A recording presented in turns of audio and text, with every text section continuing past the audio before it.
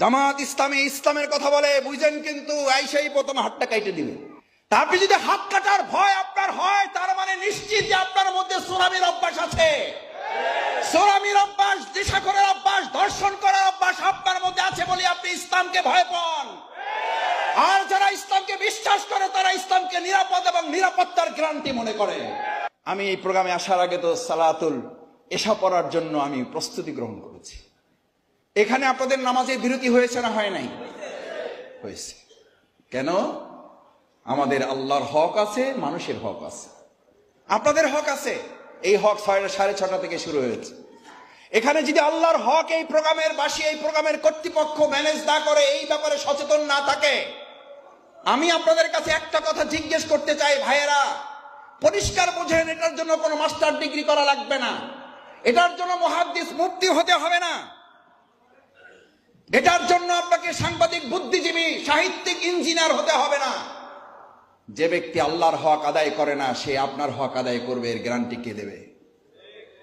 যে আল্লাহর হক মেরে খেতে ভয় করে না আল্লাহকে, সে আপনার হক মেরে খেতে আপনাকে ভয় করবে?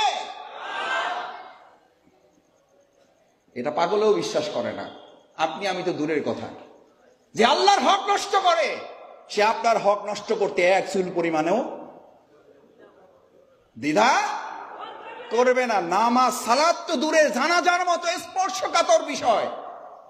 আমি দাঁড়িয়েছি একসাথে 12 দল 13 দল, অমুক মঞ্চ তমুক মঞ্চ, আলহামদুলিল্লাহ আন্দোলন সংগ্রামের কারণে এক কাতারে দাঁড়াতে হয়েছে, জানাজার কাতারেও দাঁড়াতে হয়েছে।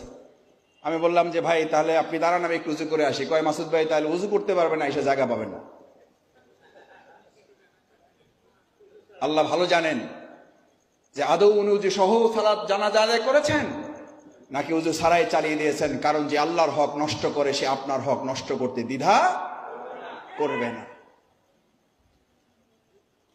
আমি অনেক সময় জিজ্ঞেস করি, ভাইয়েরা, সহযোগী ভাইয়েরা, আমার বন্ধুরা, আমার এলাকার সম্মানিত গণ্যমান্য ব্যক্তিবর্গ এসেছেন, আমি অনেকের কাছে বিনয়ের সাথে জিজ্ঞেস করি, ভাইয়েরা, একটা প্রোগ্রামের লক্ষ মানুষ আসে, বিরাট বিরাট নেতা নেতৃবৃন্দ বক্তব্য রাখেন, মুসলিমদের একটা বক্তব্যের মধ্যে 1 ঘন্টা 1.5 ঘন্টা আলোচনা হয়, 2 ঘন্টার প্রোগ্রাম হয়। ওই 2 ঘন্টার প্রোগ্রামে যদি 2 সেকেন্ডের জন্য এক আল্লাহ আল্লাহ রসুল, দুনিয়ার পাশে পরকালের কথা যখন সেখানে উচ্চারিত না হয়, ওটা আসলে কোনো প্রোগ্রাম না, ওটা হচ্ছে মুসলিমদের সাথে প্রতারণা করার শামিল। কারণ যে আপনাকে পরকালের কথা স্বীকার করে না, পরকালের কথা শুনায় না, পরকালকে স্মরণ করায় না, ওই সকল দুনিয়াদারের সাথে কাল কিয়ামতের দিনে আপনাকে হাসর হবে, ওই গাঁজাখোরের সাথে হাসর হবে, ওই জেনাকারীর সাথে হাসর হবে, ওই ঘুষখোরের সাথে হাসর হবে। আমি আপনাদের কাছে জানতে চাই, রাজনৈতিক বিবেচনায় বাদ দিন, আপনি কাল কিয়ামতের দিন জেনাকারী, ঘুষখোর, চাঁদাবাজ, তাদের সাথে কি আমরা হাসর করতে কেউ রাজি আছি?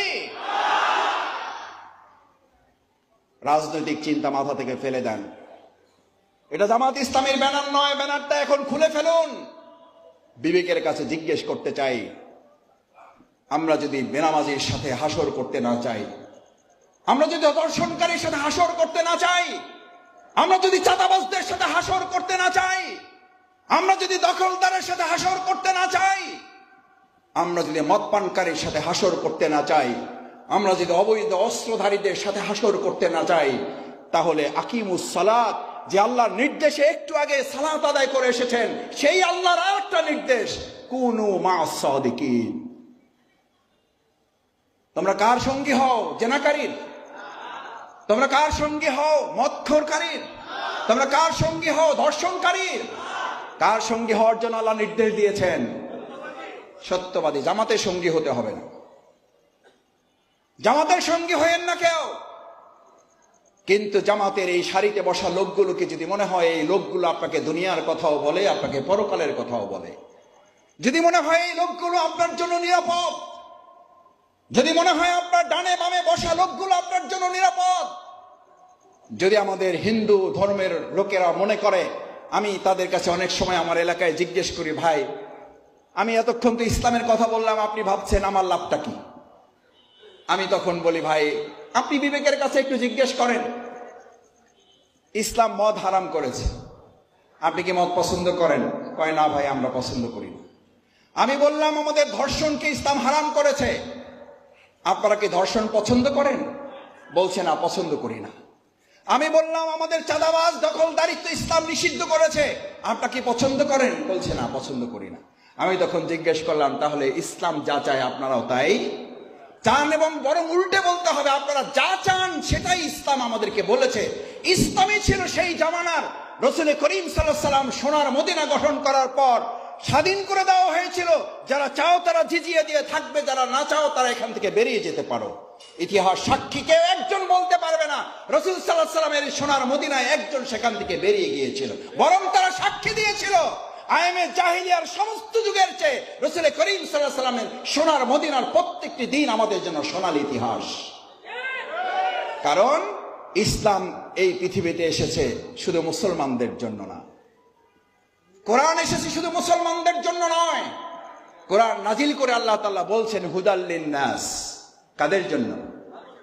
মানুষদের জন্য। সেই মানুষদের মধ্যে আমাদের হিন্দুরা আছে, সেই মানুষদের জন্য ইহুদিরা আছে, সেই মানুষদের মধ্যে খ্রিস্টানরা আছে। সেই ইসলামের কথা বললেই একটা ভয় আপনাদের মধ্যে ধরিয়ে দেয়। আল্লাহর ভয় করে না, ইসলামকে ভয় করে। কি ভয় দেখায়? জামাত ইসলামী ইসলামের কথা বলে, বুঝেন কিন্তু আইসাই প্রথম হাতটা কাটে দিবে। আরে ভাই, হাত কাটে। এখন যদি পুলিশ আসার কথা কেউ বলে, তো এখান থেকে আপনারা কেউ দৌড়াবেন? কেন দৌড়াবেন না? মনের মধ্যে আপনাদের কোনো কি নাই? ওই যে গ্রামে একটা কথা বলে, চোরের মনে পুলিশ পুলিশ। তা আপনি যদি হাত কাটার ভয় আপনার হয়, তার মানে নিশ্চিত যে আপনার মধ্যে চোরামির অভ্যাস আছে।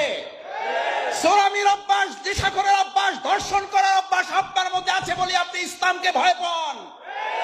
আর যারা ইসলামকে বিশ্বাস করে তারা ইসলামকে নিরাপদ এবং নিরাপত্তার গ্যারান্টি মনে করে। এবার আপনাকে সিদ্ধান্ত নিতে হবে, ইসলামকে কি আপনি ভয় পাবেন, নাকি ইসলামকে নিরাপত্তা এবং নিরাপদের একটা গ্যারান্টি হিসাবে এটাকে গ্রহণ করবেন? আমি গ্রামে সাধারণত মানুষের সাথে হাঁটিয়ার জিজ্ঞেস করি, ভাই শান্তি চান? কয় মাসুদ ভাই এটা কি করি, এটা জিগান লাগে। জিগান লাগে বুঝেন তো, একদম গ্রামের কথা আর কি।